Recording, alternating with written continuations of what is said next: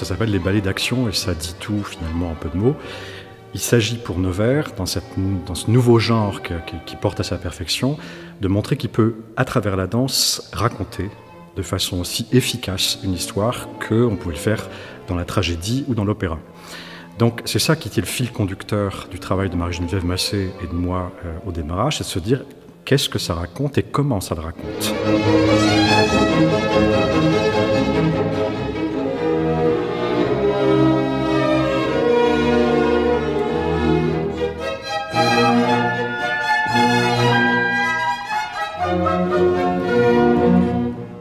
Pour moi, il s'agit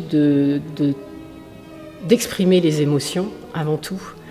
Et donc, ce sont deux magiciennes, deux femmes amoureuses et trahies. Alors, elles vont réagir différemment. De toute façon, comme elles sont puissantes, elles vont détruire des choses. Mais ce n'est pas tellement ça. Ce qui m'intéresse, c'est de voir la similitude à ces deux femmes, le côté intemporel des choses. C'est pas la première fois que ça arrive, c'est pas la dernière fois. Et comment on va traduire ça par des gestes qui ne vont pas remplacer la parole, mais au contraire des gestes qui vont souligner l'émotion, les différentes passions dans lesquelles elles sont.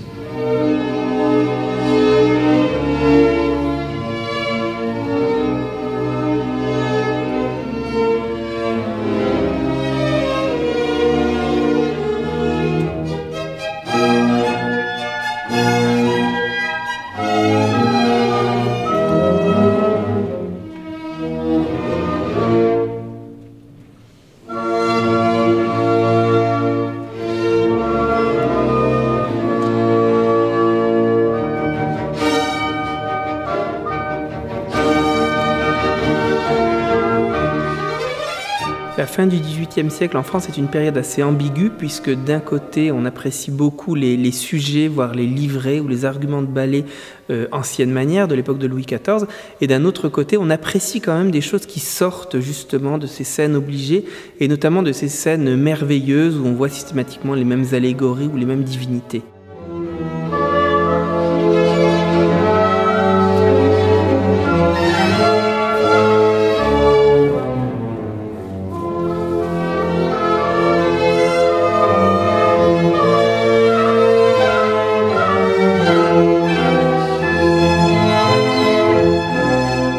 Et finalement, les deux ballets de Nevers se placent à la frontière entre ces deux aspirations de conservation d'un côté et de modernité de l'autre, puisque dans Armide, Renaud et Armide, on a plutôt l'idée encore du merveilleux avec des naïades, des tritons et des monstres marins qui viennent essayer de tourmenter le chevalier danois et Ubald.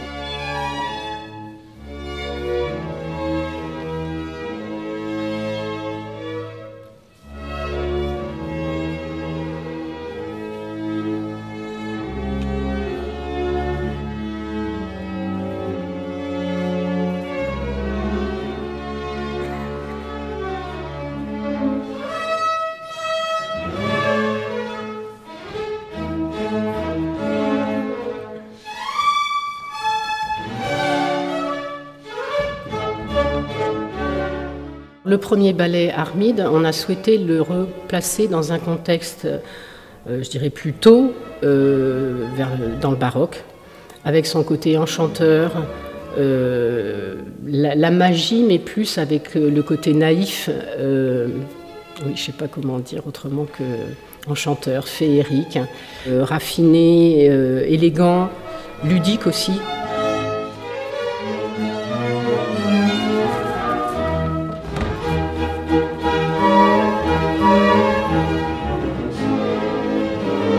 Dans Médée et Jason, par contre, on a certes des allégories qui sont le fer, le poison, le feu, mais en fait qui sont plus vus comme des éléments en fait psychologiques de la personnalité de Médée. Et en fait, c'est comme une sorte de personnification des tourments qui animent l'être intérieur de Médée.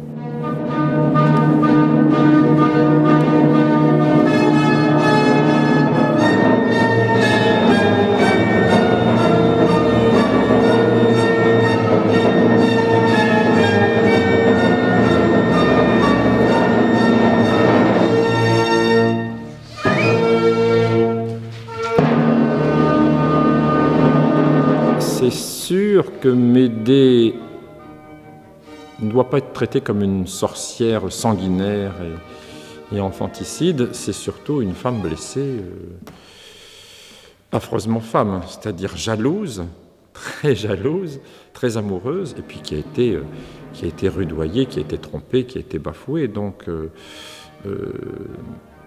l'histoire de Médée est telle, c'est tout. C'est un mythe violent.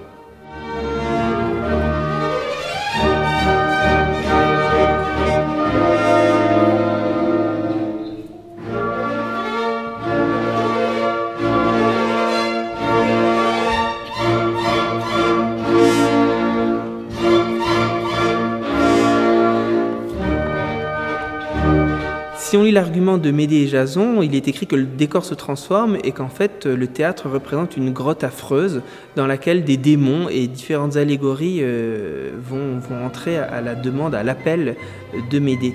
Là, on est plus dans la passion même. Même si Médée est une magicienne, on a considéré que le moment dans la grotte, ou le moment où elle va faire venir les esprits, tout ça, c'était son propre esprit. C'était pas une magie.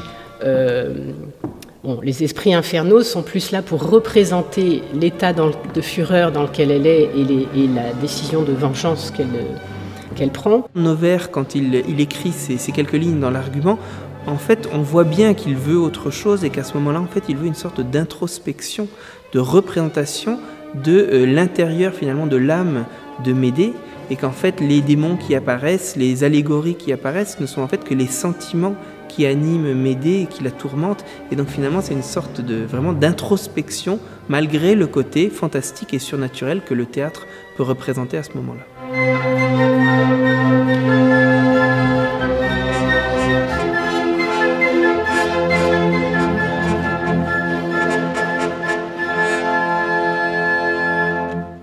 Dans Renaud et Armide, justement, le ballet est beaucoup plus proche, enfin, il est plus proche de l'esthétique du XVIIe siècle. C'est ça qui était aussi intéressant dans ce que nous a présenté Benoît Dradvicki et le CNBV en nous proposant de monter ces deux ouvrages, c'est qu'on a pu identifier très vite, et ça c'était un travail d'analyse au départ entre Marie-Geneviève et moi, que le premier ballet Renaud et Armide est plutôt le reflet, la fin d'une esthétique du XVIIe, alors que Médée et Jason anticipent sur l'esthétique romantique.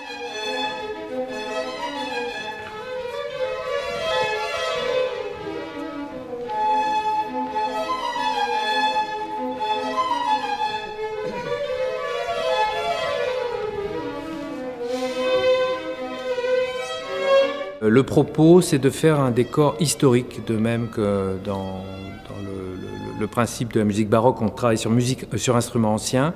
Là, on restitue par le décor ces contraintes techniques.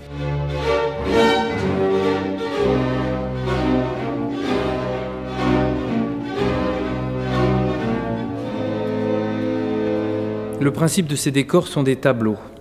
Et ce sont des tableaux qui sont changés à vue. C'est-à-dire qu'à l'époque, il n'y avait pas de rideau de scène. Donc le public, une partie du plaisir, dans ce principe de théâtre à machine, où tous les éléments de décor peuvent disparaître, apparaître, on peut enchaîner les effets. Le principe du théâtre baroque étant l'étoile peinte et la machinerie. Et cette année, dans ces deux ballets, l'idée c'était pour le premier ballet, donc Armide, de représenter l'île enchantée d'Armide, et donc le spectaculaire vient des flots qui s'écartent et qui laissent apparaître l'île enchantée d'Armide.